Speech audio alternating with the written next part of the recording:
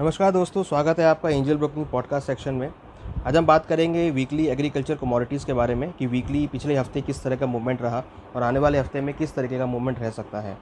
अगर हम शुरुआत करें स्पाइसेस से, तो हमने देखा कि जीरे के अंदर करीबन 1.62% की गिरावट रही और जीरे के भाव करीबन 13,650 के स्तर पर बंद होते हुए देखे गए। टर्मरिक के अंदर बात करें तो यहाँ पर भी करीबन 3.10% की गिरावट रही और टर्मरिक के भाव करीबन 5,748 के स्तर पर बंद होते हुए देखे गए। जहाँ तक धनिये का सवाल है, यहाँ पर हमने रिकवरी आते हुए देखी लोअर लेवल से। हालांकि भावों में कुछ नेगेटिव प्रेशर रहा और भाव करीबन 6,584 के स्तर पर बंद होते हुए देखे गए। यहाँ पर हमने देखा कि लोअर लेवल से एक रिकवरी आते हुए देखी है। हालांकि प्रोडक्शन के आंकड़े आने की वजह से, प्रोडक्शन का एस्टीमेट आने की वजह से हमने हायर लेवल्स पर यहाँ पर बिकवाली आते हुए देखी है। प्रोडक्शन के एस्टीमेट थोड़े पॉजिटिव रहे, जिससे यहाँ पर भावों में गिरावट रही। हालांकि अगर हम फिजिकल मार्केट की बात करें तो वहाँ पर हमने कुछ एक्सपोर्ट इंक्वायरीज आते हुए देखी हैं, कुछ डिमांड यहाँ बढ़ती हुई दिखाई दी है, जिसकी वजह से भावों को सपोर्ट मिला है। एक्सपेक्टेड है कि आने वाले समय में, आने वाले हफ्ते में भावों में एक रेंज बाउंड मूवमेंट रह सकता है। जीरे के भाव करीबन, अगर हम रेंज देखें तो 13,400 से लेकर 13,900 के बीच मूव कर सकते हैं। टर्मरिक के भावों में करीबन 5,600 से लेकर 6,000 तक की एक रेंज यहाँ पर ट्रेड हो सकती है। धनिये के भावों में एक उछाल देखने को मिल सकता है और नीचे करीबन 6,400 से लेकर 6,800 तक के स्तर यहाँ पर देखने को मिल सकते हैं। अब हम बात करते हैं एडिबल ऑयल्स की। तो एडिबल ऑयल्स के अंदर भी हमने एक रेंज बाउंड रिकवरी आते हुए देखी है। रिकवरी की अगर बात करें तो यहाँ पर एक हमने वीकली पर्सपेक्टिव से देखें तो करीबन 2.20% की गिरावट देखने को मिली और करीबन 3918 के स्तर पर सोयाबीन के भाव क्लोज होते हुए देखने को मिले।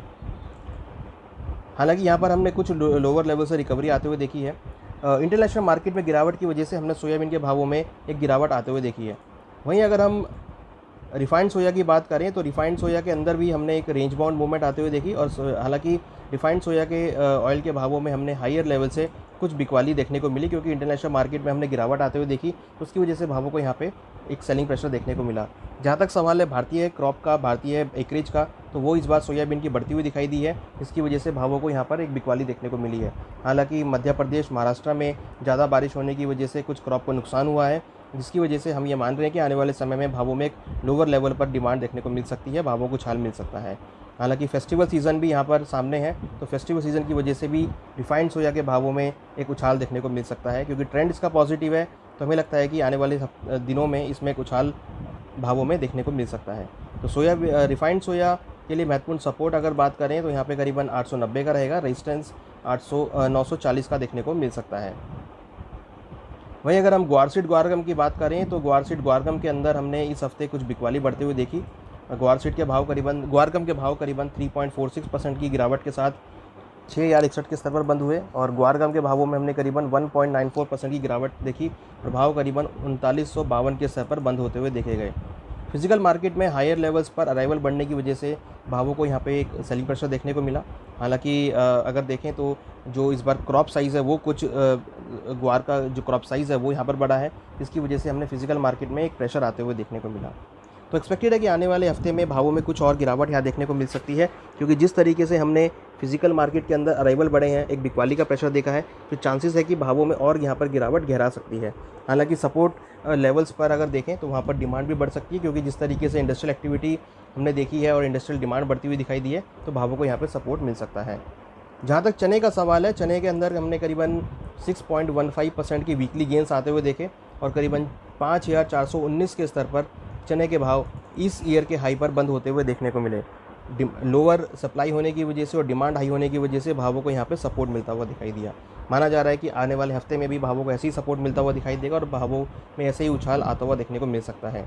अगर हम लेवल वाइज बात करें तो चने के भावों में ऊपर करीबन 5,800 5,900 तक के स्तर देखने को मिल सकते हैं, नीचे में सपोर्ट करीबन 5,200 का रहेगा।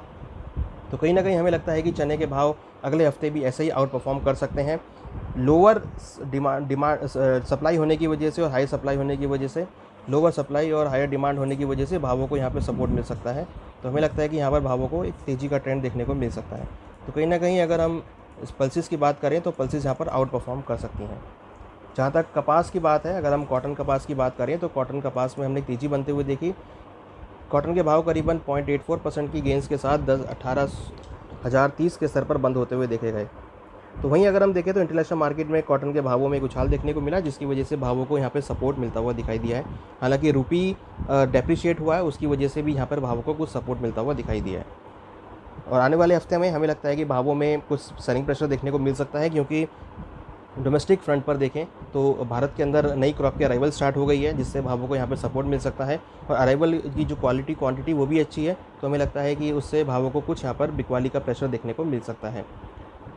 तो हमें आशा करते हैं कि आपको इस पॉडकास्ट से जानकारी मिली होगी जो कि आपके लिए फ़ायदेमंद सिद्ध हो सकती है। सो बने रहिए। Thank you.